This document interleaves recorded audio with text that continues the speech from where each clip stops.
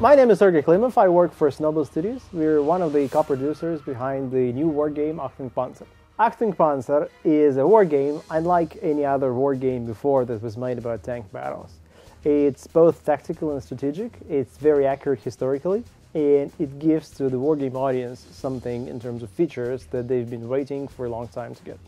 One of the questions we get asked quite often about this game is that the maps are so huge and it takes me a lot of time to get to the Germans before the fight begins.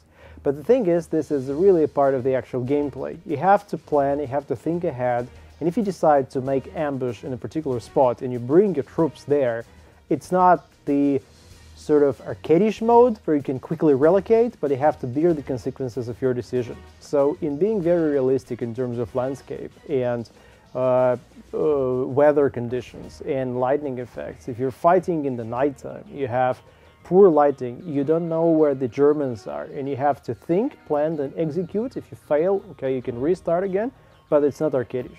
One of the most interesting things about this game is the complete destructibility of any objects in the world of the game. If you have a village where you fight the Germans, and you fight in such a way that you destroy half the buildings, then you bear the consequences in the following missions, because if you try to hide your snipers there in the, let's say, 5 missions later, or, I don't know, 2 missions later, the houses are gone. All the destructions are realistic. If you blow up a tank, you're going to see this blown up tank in the very exact spot in the next mission, and in the next mission, and in the next mission. So we put a pretty heavy price on any action that the player takes.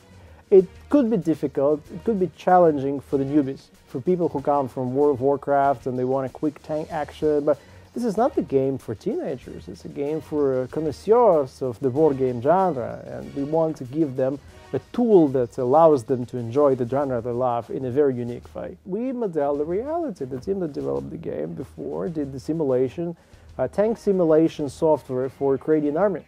So these are the people who do things very correctly, accurately, and specifically to how it works in the real life.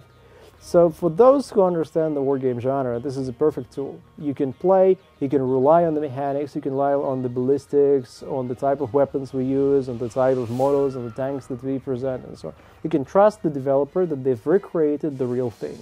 In the game you have 6 campaigns, 3 for Russians, 3 for Germans, that you play on the historically accurate maps with the historically accurate position of historically accurate forces in the historically accurate landscape, and historically accurate weather conditions.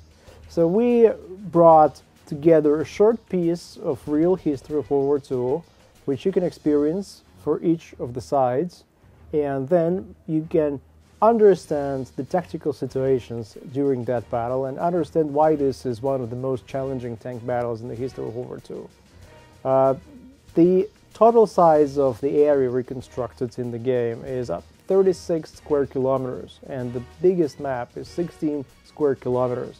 And you have one-to-one scale of all the techniques and all the buildings and all the soldiers and so on. People who developed this game are former active army officers who fought in real wars. They fought in Afghanistan and a number of other operations. So for them, the goal to develop this game included recreating the real decision-making environment where whatever decision you make, you cannot unmake. You do not have a quick undo that allows you to go and improve your result immediately. The previous experience of the team is with the tank simulation software. So they wanted to bring the accurate mechanics, the accurate ballistics, the accurate armor protection, the accurate destruction models into the field of games. It's for people who understand and appreciate the wargame genre.